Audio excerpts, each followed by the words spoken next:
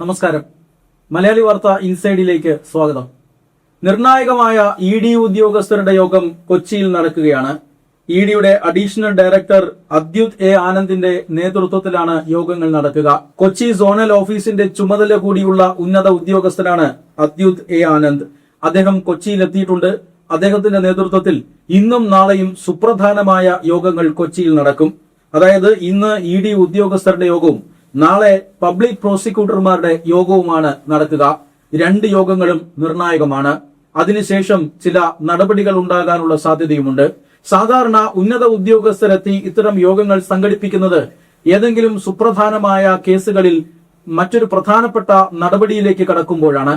നേരത്തെ വീണ വിജയനെ ചോദ്യം ചെയ്യുന്നതിന് മുന്നോടിയായി ഇ.ഡി. ഇത്തരം യോഗങ്ങൾ നടത്തിയിരുന്നു. ഇ.ഡിയുടെ മേധാവി തന്നെ അന്ന് കൊച്ചിയിലെത്തുകയും അതിനുശേഷമാണ് നിർണായകമായ യോഗങ്ങൾ അന്ന് കൊച്ചിയിൽ നടന്നത്. ആ യോഗങ്ങൾക്ക് ശേഷമാണ് പിണറായി വിജയന്റെ മകൾ വീണ വിജയനെതിരായിട്ടുള്ള പ്രത്യക്ഷമായ നടപടികൾ ഇ.ഡി. അന്ന് ആരംഭിച്ചത്. അതിനുശേഷം ഇതാ വീണ്ടും ഇ.ഡിയുടെ നിർണായക യോഗങ്ങൾക്ക് കൊച്ചി വേദിയാവുകയാണ്. എടുത്തു പറയാൻ ഒട്ടനവധി കേസുകളുണ്ട്. ഇതിലൊന്ന് ഏറ്റവും പ്രധാനപ്പെട്ട ഈ CMRL എക്സാലോജിക് മാസപ്പടി കേസ് തന്നെയാണ്. മാസപ്പടി കേസിൽ ഇതുവരെ ഇ.ഡി. നിർണായകമായ പല ഘട്ടങ്ങളും പിന്നിട്ടിരുന്നു. അതായത് ആദ്യ ഘട്ടം എന്ന നിലയിൽ ECIR രജിസ്റ്റർ ചെയ്യുന്നു. പിന്നീട് 2 വർഷത്തേക്ക് ഇ.ഡിക്ക് ഒന്നും ചെയ്യാൻ കഴിയുന്നില്ല. കാരണം ഇ.ഡിയുടെ അന്വേഷണത്തിനെതിരെ കോടതിയിൽ കിടന്ന ഹർജികളായിരുന്നു. ആ ഹർജികളിൽ 2 വർഷത്തിന് ശേഷം 2026 തീർപ്പാകുന്നു. ആ തീർപ്പ് ഇ.ഡിക്ക് അനുകൂലമായിരുന്നു. ഇ.ഡിക്ക് അന്വേഷണവുമായി മുന്നോട്ട് പോകാമെന്നാണ് കോടതി വിധിച്ചത്. SFIOയും അതുപോലെ തന്നെ ആദായ നികുതി വകുപ്പിന്റെ ഇന്ററിം സെറ്റിൽമെന്റ് ബോർഡും അന്വേഷിച്ച കേസിൽ ഇ.ഡിക്ക് തുടർ നടപടികൾ സ്വീകരിക്കാൻ കഴിയില്ല എന്നാണ് പ്രതിഭാഗം വാദിച്ചത്. ഈ വാദമാണ് 2 വർഷം അന്വേഷണത്തിൽ നിന്നും ഇ.ഡിയെ മാറ്റി നിർത്തിയത്. എന്നാൽ അനുകൂല വിധി ലഭിച്ചതോടുകൂടി അതിവേഗത്തിൽ കാര്യങ്ങൾ നീക്കുകയായിരുന്നു പിന്നീട് ഇ.ഡി ചെയ്തത്.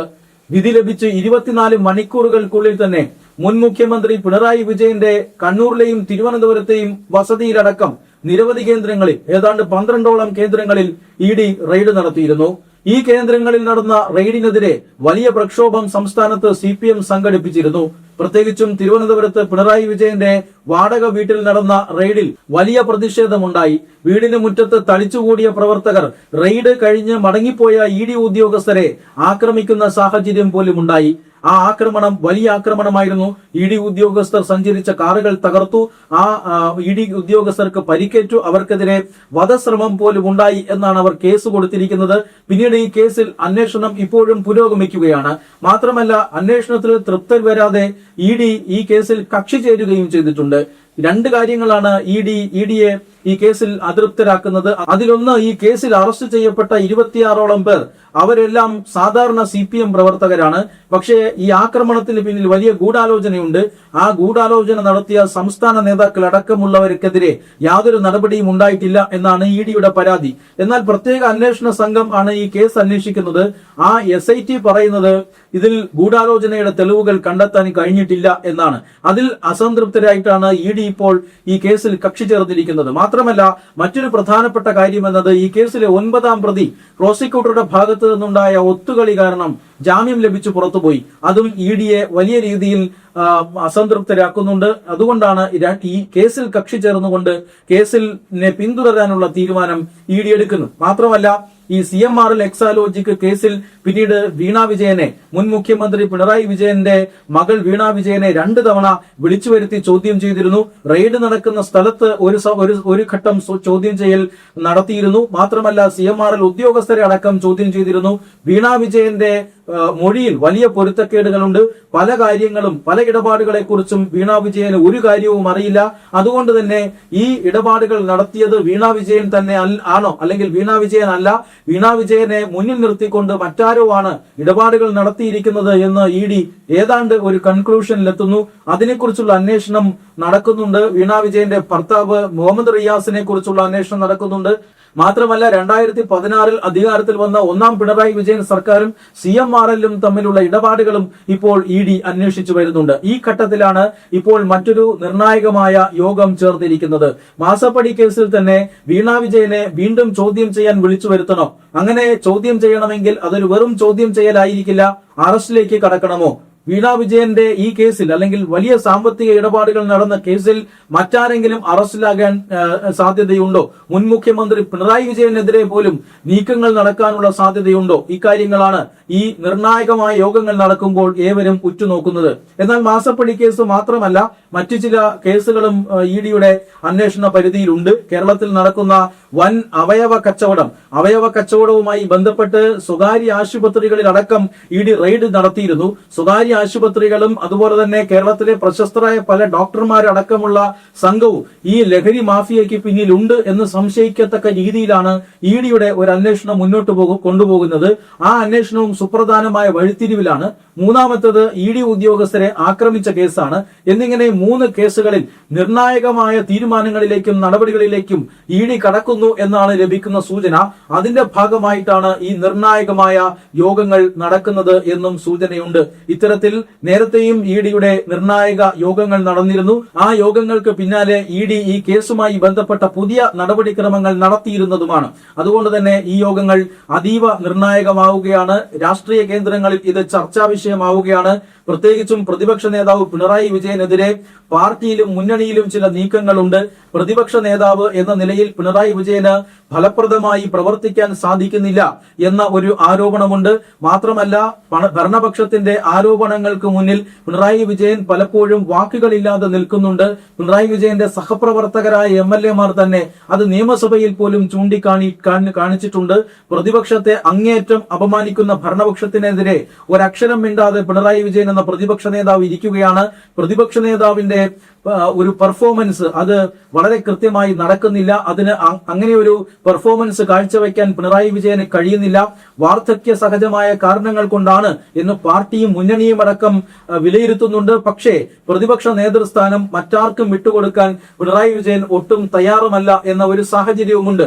മറുവശത്ത് CPI എന്ന് പറയുന്ന LDF ഏറ്റവും പ്രധാനപ്പെട്ട മറ്റൊരു ഘടകകക്ഷി പ്രതിപക്ഷ ഉപനേതാവ് സ്ഥാനം വേണം എന്നൊരു ആവശ്യം ഉന്നയിച്ചിരിക്കുകയാണ്. അതിനെ ശക്തമായി തന്നെ എതിർക്കുകയാണ് പിണറായി വിജയൻ. അത്തരം കാര്യങ്ങളെല്ലാം അടഞ്ഞ അധ്യായമാണ്, അതൊന്നും നിങ്ങൾ ഇനി പരിശോധിക്കേണ്ട കാര്യമില്ല എന്ന ക്ഷോഭത്തോടുകൂടിയുള്ള പ്രതികരണമാണ് പിണറായി വിജയനിൽ നിന്നും ഈ ഒരു വിഷയത്തെക്കുറിച്ചുണ്ടായത്. എന്നാൽ ഉരുളയ്ക്ക് ഉപ്പേരി കണക്കെ പിണറായി വിജയന് മറുപടിയുമായി CPM രംഗത്തെത്തിയിരുന്നു. അതായത് CPM സംസ്ഥാന ജനറൽ സെക്രട്ടറി തന്നെ ഇങ്ങനെ LDF-ൽ അധ്യായങ്ങൾ അടയ്ക്കുകയും തുറക്കുകയും ഒക്കെ ചെയ്യുന്നത് ഒരു പാർട്ടി സ്വമേധയാ അല്ല, അല്ലെങ്കിൽ ഏകപക്ഷീയമായിട്ടല്ല എന്ന മറുപടിയാണ് നൽകിയത്. മാത്രമല്ല, ഒരാൾ ആജ്ഞാപിക്കും, മറ്റെല്ലാവരും കേൾക്കും എന്ന ഒരു രീതിയൊന്നും LDF-ൽ ഇല്ല എന്ന് പിണറായി വിജയനെ ഈ CPI സംസ്ഥാന സെക്രട്ടറി ഓർമ്മപ്പെടുത്തുകയും ചെയ്തിരുന്നു. എന്ന് പറഞ്ഞാൽ വീട്ടിൽ പോയി ആജ്ഞാപിച്ചാൽ മതി എന്ന് തന്നെയാണ് CPI-യുടെ നിലപാട്. അവർ ഇപ്പോഴും കടുത്ത നിലപാടിലാണ്. കഴിഞ്ഞ ദിവസം LDF-ന്റെ കൺവീനർ CPI സംസ്ഥാന ജനറൽ സെക്രട്ടറിയെ കണ്ടിരുന്നു. അപ്പോഴും മഞ്ഞുരുകിയ ലക്ഷണമില്ല.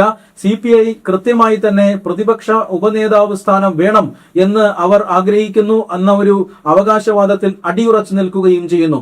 എന്നാൽ ഒരു കാരണവശാലും താൻ ആ പദവി വിട്ടുകൊടുക്കില്ല. കാരണം പ്രതിപക്ഷ ഉപനേതാവ് സ്ഥാനം വന്നു കഴിഞ്ഞാൽ പ്രതിപക്ഷ നേതാവിന്റെ ഒരു തിളക്കം മങ്ങും എന്ന് പിണറായി വിജയന് കൃത്യമായി അറിയാം. അതുകൊണ്ട് തന്നെ ഒരു കാരണവശാലും ആ പദവി നൽകില്ല എന്ന കടും പിടുത്തത്തിലാണ് പിണറായി വിജയൻ. കേസുകൾ കൂടുതൽ കടുക്കുമ്പോൾ, അതായത് ഇഡിയുടെ അന്വേഷണം പിണറായി വിജയനിലേക്ക് നടന്നു കയറുകയോ പിണറായി കുടുംബത്തിലെ മറ്റേതെങ്കിലും ആളുകളിലേക്ക് പോവുകയോ ചെയ്താൽ തീർച്ചയായും പ്രതിപക്ഷ നേതൃസ്ഥാനം രാജിവെക്കാൻ പിണറായി വിജയന് സമ്മർദ്ദമേറുമെന്ന കാര്യത്തിൽ തർക്കമൊന്നുമില്ല. അതീവ ഗുരുതരമായ അഴിമതി ആരോപണം നേരിടുന്ന വ്യക്തി എങ്ങനെയാണ് പ്രതിപക്ഷ നേതൃസ്ഥാനത്ത് ഇരുന്നുകൊണ്ട് സർക്കാരിനെതിരെ ആരോപണങ്ങൾ ഉന്നയിക്കുക എന്ന ചോദ്യം ഉയരുകയാണ്. ഈ അദാനിയുമായി ബന്ധപ്പെട്ട വിഷയം, അദാനി വിഴിഞ്ഞം പോർട്ടിൽ 13,000 കോടി രൂപയുടെ വിദേശ നിക്ഷേപവുമായി ബന്ധപ്പെട്ട വിഷയം, ഈ വിഷയങ്ങളിലെല്ലാം VD സതീശൻ സർക്കാരിനെതിരെ കോടിക്കണക്കിന് രൂപയുടെ അഴിമതി ആരോപണം ഇപ്പോൾ LDF ഉന്നയിച്ചിരിക്കുകയാണ്. എന്നാൽ ഈ അഴിമതി ആരോപണങ്ങളൊന്നും ഉറക്കെ പറയാൻ കഴിയാത്ത സാഹചര്യത്തിലാണ് പ്രതിപക്ഷ നേതാവ്. അങ്ങനെ അദ്ദേഹം എന്തെങ്കിലും മിണ്ടിയാൽ ഉരുളയ്ക്ക് ഉപ്പേരി കണക്കെ ഇത്തരത്തിൽ ED അന്വേഷണം അടക്കമുള്ള കാര്യങ്ങൾ ഭരണപക്ഷം പ്രതിപക്ഷത്തിന് നേരെ തൊടുക്കുമെന്ന കാര്യം എല്ലാവർക്കും അറിയാം. അതുകൊണ്ട് തന്നെ ഇത്തരത്തിൽ കേന്ദ്ര അന്വേഷണ ഏജൻസികളുടെ അന്വേഷണം നേരിടുന്ന ഒരു വ്യക്തി, അദ്ദേഹത്തിന്റെ മകൾക്ക് നേരെ ആയിരുന്നു അന്വേഷണമെങ്കിൽ ഇപ്പോൾ അദ്ദേഹത്തിന് നേരെയും തിരിയാൻ സാധ്യതയുണ്ട് എന്ന വിവരങ്ങൾ വരുന്നു. ഈ കൊച്ചിയിലെ നിർണായക യോഗങ്ങൾ നടക്കുമ്പോൾ ചങ്കിടിക്കുന്നത് പിണറായി വിജയന്റേതാണ്. തീർച്ചയായും ഇരട്ട ചങ്കനായതുകൊണ്ട് തന്നെ ചങ്കിടിപ്പും ഇരട്ടിയാകാനുള്ള എല്ലാ സാധ്യതയുമുണ്ട്. കാരണം പിണറായി വിജയന് മേൽ ED അന്വേഷണം നടന്നു കയറിയാൽ അദ്ദേഹത്തിന് പ്രതിപക്ഷ നേതൃസ്ഥാനം നഷ്ടമാകും.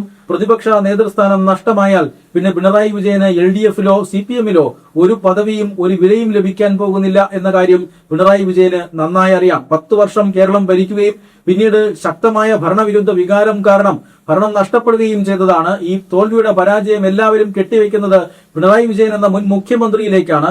ഈ സാഹചര്യത്തിലാണ് അദ്ദേഹം പ്രതിപക്ഷ നേതാവ് എന്ന സ്ഥാനത്ത് കടിച്ചു തൂങ്ങിക്കിടക്കുന്നത്. ആ സാഹചര്യത്തിലാണ് ഇപ്പോൾ നിർണായകമായ യോഗങ്ങൾ ED കൊച്ചിയിൽ നടത്തിക്കൊണ്ടിരിക്കുന്നതും.